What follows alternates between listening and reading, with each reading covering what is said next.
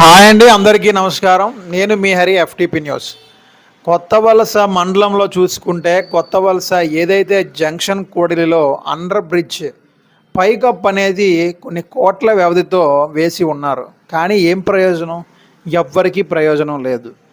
అది కేవలం చెప్పులు కొట్టుకున్న వాళ్ళకి, పళ్ళు అమ్ముకున్న వాళ్ళకి, పకోడీలు వేసుకున్న వాళ్ళకి, జ్యూస్ షాప్ వాళ్ళకి, అదేవిధంగా మంగళవారం సంత వస్తే బైక్ పార్కింగ్లకి, కార్ పార్కింగ్లకి, ఆటో పార్కింగ్లకు మాత్రం ఉపయోగపడుతుంది.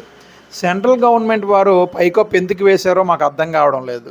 అని ఏదైతే ప్రజలు ఉన్నారో, ఈ బ్రిడ్జిను ఆనుకొని ఉన్న 14 నుంచి 15 గ్రామాలు ఆధారపడి ఈ బ్రిడ్జ్ మీద ఉన్నాయి. ఇంకా నడుచుకు వెళ్ళే వాళ్ళ పరిస్థితి అయితే వర్ణనాతీతం. ఇవాళ ఏమీ లేదు, కేవలం గంట పాటు వర్షం పడితే నదిలా ప్రవహించే పరిస్థితి కనబడుతుంది. పైకప్పు వచ్చి కాపాడిందా అంటే కాపాడలేదు. మీరు ఎన్ని కప్పులు వేసినా సరే కిందన వాటర్ మాత్రం ఆగదనే విషయం ఎందుకు తెలుసుకోలేకపోయారు అధికారులు, నాకు అర్థం కావడం లేదు. ఏది ఏమైనా సరే ఇవాళ జరిగిన వర్షానికి మీరు చూస్తున్నారేమో పైన వీడియోలు, బైక్ మీద వెళ్తున్న వ్యక్తి లోపల మునిగిపోయిన పరిస్థితి, నడుచుకున్న వ్యక్తి సుమారు గుండెల వరకు వాటర్ వచ్చింది, నడుచుకొని వస్తున్నాడు. ఎందుకంటే నడుచుకొని వెళ్ళే పరిస్థితి లేదు. పైన గోడల నుంచి దూకి రైల్వే పట్టాల నుంచి వెళ్ళే పరిస్థితి లేదు. ఒకవేళ నడుచుకుని వెళ్ళాలంటే ఎలా వెళ్ళాలి? తుమ్మకాపల్లి వెళ్ళి తుమ్మకాపల్లి ఫ్లైఓవర్ బ్రిడ్జ్ దాటి ఒడ్డుపేట ద్వారా, ఒకవేళ ఒడ్డుపేట నుంచి అటుపేట రాజపాతినిపాలెం, చీడువలస అంటే ఓకే, ఇటు గవరపాలెం మళ్ళీ ఇటువైపు దెందేరు వెళ్ళాలంటే పరిస్థితి ఏంటి? ఎంత దూరం?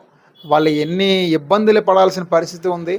అసలు ఎందుకు ఈ విషయంలో ఇటు ప్రజాప్రతినిధులు అవనియండి, అధికారులు అవనియండి, ఎందుకు ఈ విషయంలో దృష్టి సారించట్లేదో ప్రజలు తీవ్ర ఆగ్రహం వ్యక్తం చేస్తున్నారు. ఏది ఏమైనా సరే, ఏదైతే దీన్ని ఆనుకున్న హ్యామ్లెట్ విలేజ్లు ఉన్నాయో, దాని యొక్క హ్యామ్లెట్ విలేజ్లో ఉన్న ప్రతి ఒక్క ప్రజాప్రతినిధి ముందుకు రావాలి, ఈ యొక్క విషయాన్ని పైకి తీసుకువెళ్ళాలి. దీనిపై సుదీర్ఘంగా చర్చలు తీసుకొని వెనువెంటనే చర్యలు తీసుకోకపోతే ఎంతోమంది, కొన్ని వేల మంది జనాలు ఇబ్బందులు పడే పరిస్థితి నెలకొంటుంది. ఏది ఏమైనా సరే ఇవాళ జరిగిన వర్షానికి ప్రజలు ఇబ్బంది పడే పరిస్థితి మనం చూస్తున్నాం. ఇలాంటివి ఎట్టి పరిస్థితుల్లో జరగకుండా చూసుకోవాల్సిన బాధ్యత ఇటు ప్రభుత్వానిది, ప్రజాప్రతినిధులది. ఏదైతే సెంట్రల్ గవర్నమెంట్ అధికారులు ఉన్నారో వాళ్ళందరూ కూడా ముందుకు వచ్చి దీనిపై చర్యలు తీసుకోవాలని కోరుకుంటున్నారు. చూస్తూనే ఉండండి ఎఫ్టీపీ న్యూస్. మరిన్ని వివరాలతో మేము ముందుంటాను. Thank you very much.